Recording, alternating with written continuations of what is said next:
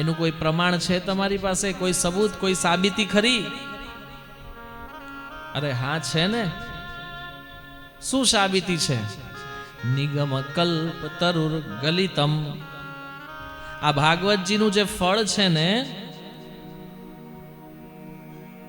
આ ભાગવતજીનું ફળ એ કોઈ સામાન્ય ફળ નહીં, કલ્પ વૃક્ષ ઉપરથી ગળેલું ફળ છે. ફળ વૃક્ષ ઉપરથી નીચે ક્યારે પડે?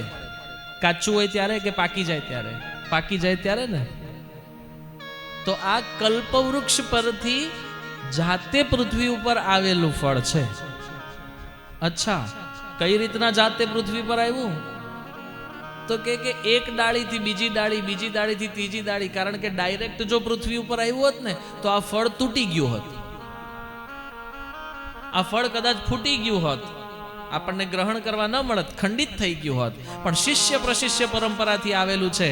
સૌથી પહેલા ભગવાન નારાયણથી બ્રહ્માજી, બ્રહ્માજીથી નારદજી, નારદજીથી વેદવ્યાસજી, વેદવ્યાસજીથી સુખદેવજી, સુખદેવજીથી સુત પુરાણીજી, એમ કરતા કરતા શિષ્ય પ્રશિષ્ય પરંપરાથી નીચે આવેલું છે.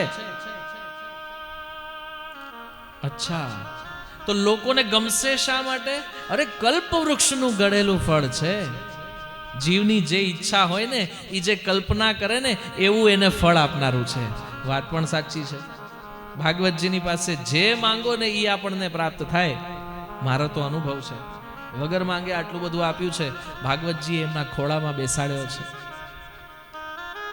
એટલે એ વાત તો સાચી કે જે માંગો એ બધું મળે. એ વાત તો સાચી તમારી સુતપુરાણીજી. શૌનકજી પ્રશ્ન કરવા લાગ્યા, પણ એ એક સવાલનો જવાબ આપો કે આ ફળ મીઠું જ છે એની શું ગેરંટી? ભાઈ કળિયુગ છે, સવાલ તો થાય ને. 5 રૂપિયાની વસ્તુ લઈએ તો એ 50 વાર જોઈએ કે નહીં? એક્સપાયરી ડેટ જુઓ, બરાબર ને? એમાં શું ઇન્ગ્રેડિયન્ટ્સ છે એ જુઓ. જો 5 રૂપિયાની વસ્તુમાં આટલું જોતા હોય તો આ તો, અરે ભાઈ એ 100% મીઠું ફળ છે. કઈ રીતના ખબર? શુકમુખાત અમૃત દ્રવ સંયુતમ. એક વસ્તુ તમને બધાને ખબર હશે, પેરુની સિઝન આવે ત્યારે આપણે પેરું ખરીદવા જઈએ, એટલે આપણે કયું પેરું લઈએ? જેના ઉપર પોપટે ચાંચ મારેલી હોય ને ઈ. કેમ? કારણ કે પોપટ છે ને એ હંમેશા મીઠા ફળને જ ચાંચ મારે, બરાબર ને? એટલે અહીંયા કીધું શુકમુખાત. સુખદેવજીનું આમાં વર્ણન છે. સુખદેવજીએ આ ફળને ચાંચ મારેલી છે, એટલે માટે નક્કી છે કે આની અંદર અમૃત જ છે, અને અમૃત તો મીઠું જ હોય. બોલ શ્રી ભાગવત ભગવાન કી જય.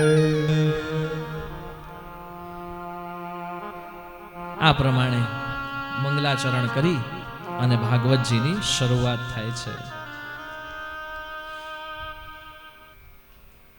શૌનકાદિ ઋષિઓ સુત પુરાણીજીને અહીંયા આગળ પ્રશ્ન કરી રહ્યા છે. આ જેટલા પણ શાસ્ત્રો છે, આ બધા શાસ્ત્રોનો સાર શું છે એ અમારે જાણવું છે. ભગવાન તો સર્વશક્તિમાન છે, તો ખાલી ચપટી વગાડતા જ બધું જ સીધું થઈ જાય. તો ભગવાન ઘડી ઘડી અવતાર શા માટે ધારણ કરે છે? ભગવાને કેટલા અવતારો લીધા છે? કયા કયા અવતારમાં પ્રભુએ શું શું લીલા કરી છે? બધી જ વસ્તુઓ વિસ્તારથી સાંભળવી છે.